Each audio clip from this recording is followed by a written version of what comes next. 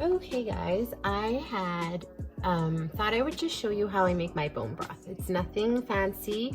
I had made I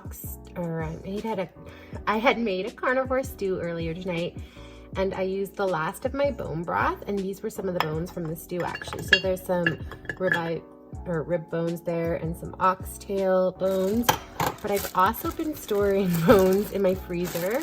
So I've pulled these out.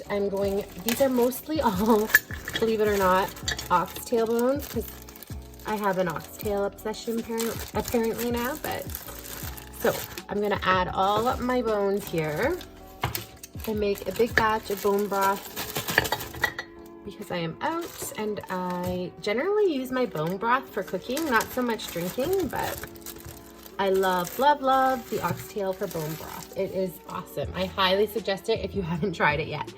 Okay, I've got all my bones in there. I'm gonna fill my slow cooker with filtered water and I'll be back. Okay guys, I've got it filled right to the brim with my filtered water. And now all I'm going to do is add a little bit of real salt. And that's it. I don't add vegetables, I don't add vinegar. That's it, that's all I do. I'm going to close my lid and I am going to set the temp on low, and then I'll do anywhere from 24 to 48 hours, but it usually ends up being closer to the 48-hour mark. Thought I'd show you guys a different angle. So the lid is on, it is set on low. The highest my slow cooker will go for is 20 hours at a time. So I will just keep upping the time as I go.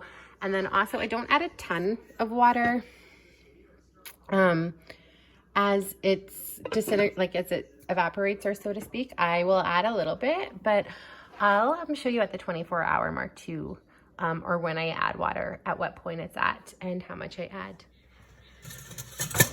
Okay guys, it has been 24 hours and my broth is still brewing. I haven't done anything to it until now. I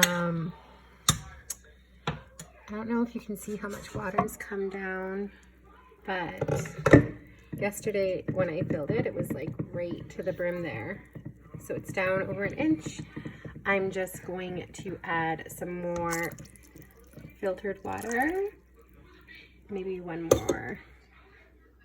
I'm gonna add another cup thing. I've been filling this beaker thing, but so that will be about it. I'm gonna let it keep going on low for another, I don't know, tomorrow night.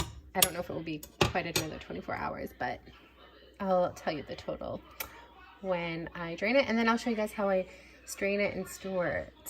Okay guys, I unplugged my bone broth. I'm gonna let it cool a bit. It's been about 42-ish hours, not quite 48, I think. I did end up adding a cup of water this morning, and I didn't tape that, but you can see the water has come back down. So I'm just gonna let this cool a little bit, and then I'm gonna strain it and show you my makeshift straining technique. It's kind of funny actually, or the way I do it anyways, and I'll be back. Okay guys, I'm going to pour it from the crock pot to this pot I have here, and I'm just resting the strainer in there. I'm gonna try not to make a mess, especially because I'm taping this, and you know, that's just me, but we'll see.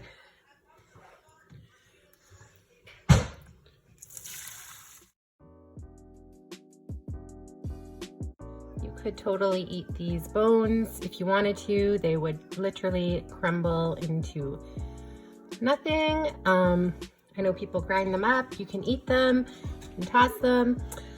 Okay, so now that this is strained to there, I'm going to show you the next step. I just wanted to show you guys, I only ended up spilling a little bit this time, so that's pretty good. Just gonna clean this up a bit.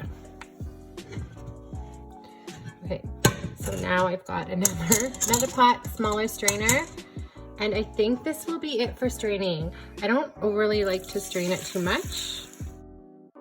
So that was left behind there.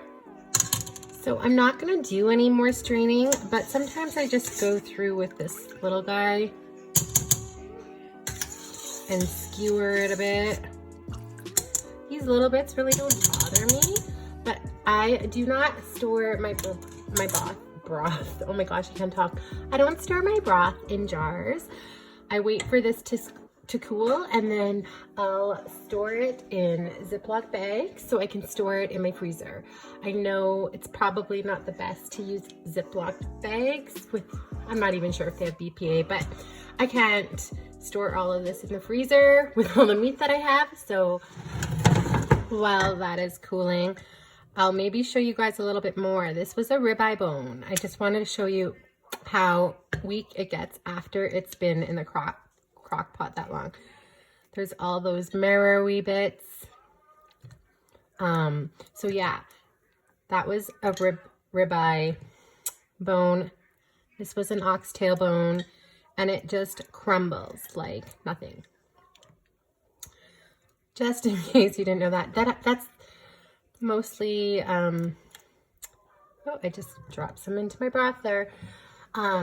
Even with chicken bones, it's the same thing.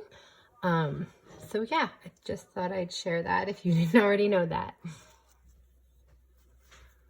Okay guys, I ended up leaving it in the fridge overnight in my pot. So this is my bone broth.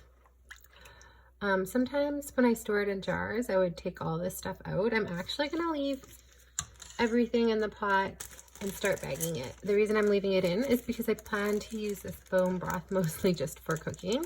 So these are the snack sized bags. This might get a little bit messy. Again, I know it probably isn't great using plastic to store this, but I freeze these, and that way, oh, I lost my ladle. I can get more into my freezer. So that's when I'm gonna start bagging it all up, and we'll see how many we get.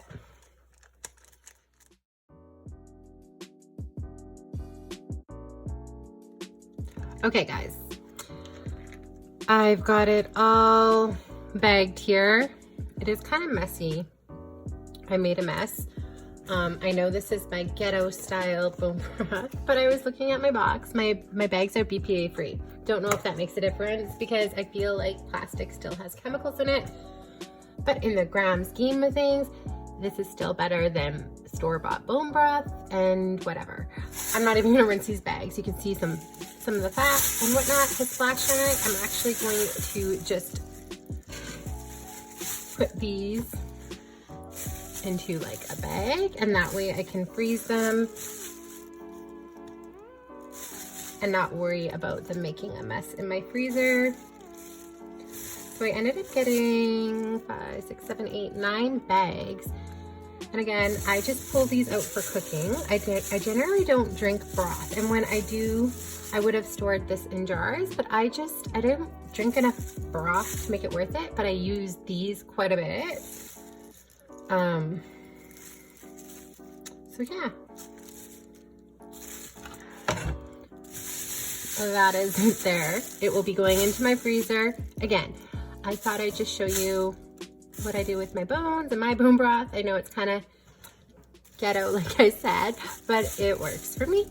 I hope you guys enjoyed that little bone broth tutorial. And until next time, take care, guys. Bye. Going in my freezer. Bye, guys. Thanks for watching.